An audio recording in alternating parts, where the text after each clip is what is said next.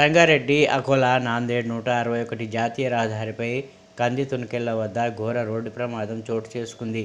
కంది అక్షయపాత్రలో పనిచేస్తున్నటువంటి ముగ్గురు యువకులు బైక్పై డ్యూటీకి వెళ్తున్న గ్రామంలో వెనక నుంచి లారీ ఢీకొట్టింది. ఈ సంఘటనలో ముగ్గురు యువకులు అక్కడికక్కడే మృతి చెందారు. మృతులిద్దరు పుల్కల్ మండలం గంగోజీపేటకు చెందిన సందీప్ నవీన్, మరొకరు గోగులూరు గ్రామానికి చెందిన అభిషేక్ పోలీసులు గుర్తించారు.